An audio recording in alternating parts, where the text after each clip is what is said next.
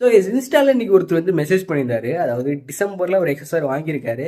John end இந்த மாதிரி டைம்ல வந்து பில்லியனோட டிராவல் பண்ணால் வண்டி சின்ன சின்ன பள்ளத்துக்குலாம் வந்து பாட்டம் அவுட் ஆகிருக்கு. அதாவது பின்னாடி சஸ்பென்ஷன் ஃபுல்லாக ஏறி இடிச்சிருக்கு. ஸோ இவர் வந்து ஷோரூம்லாம் மல்டிபிள் டைம்ஸ் கம்ப்ளைண்ட் பண்ணியிருக்காரு.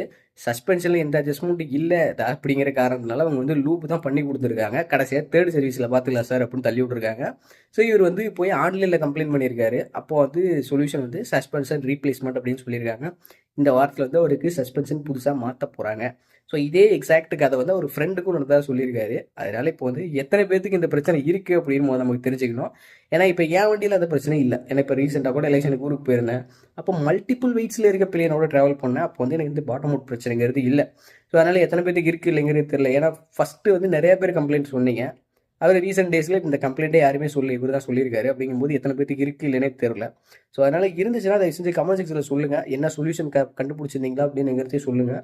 அப்படி பிரச்சனை இருக்குது சொல்யூஷன் தெரியலனா இவர் மாதிரி நீங்களும் சஸ்பென்ஷன் மாற்றுங்க. ஏன்னா செக் பண்ணவே இல்லை அப்படின்னு நினச்சிங்கன்னா தயவு செஞ்சு ஒரு பிள்ளையை தூக்கி வண்டியில் போட்டு ஸ்பீட் பிரேக்கெல்லாம் டக்கு டக்குன்னு விட்டு பாருங்கள் பாட்டம் அவுட் ஆகுதா அப்படின்னு. ஸோ அப்படி வந்து நீங்கள் தெரிஞ்சுக்கலாம். ஸோ இதான் கதை. ஸோ உங்களுக்கு என்ன சொல்யூஷன் தெரிஞ்சால் தயவு செஞ்சு கமெண்ட் செக்ஷன் சொல்லுங்கள். நன்றி.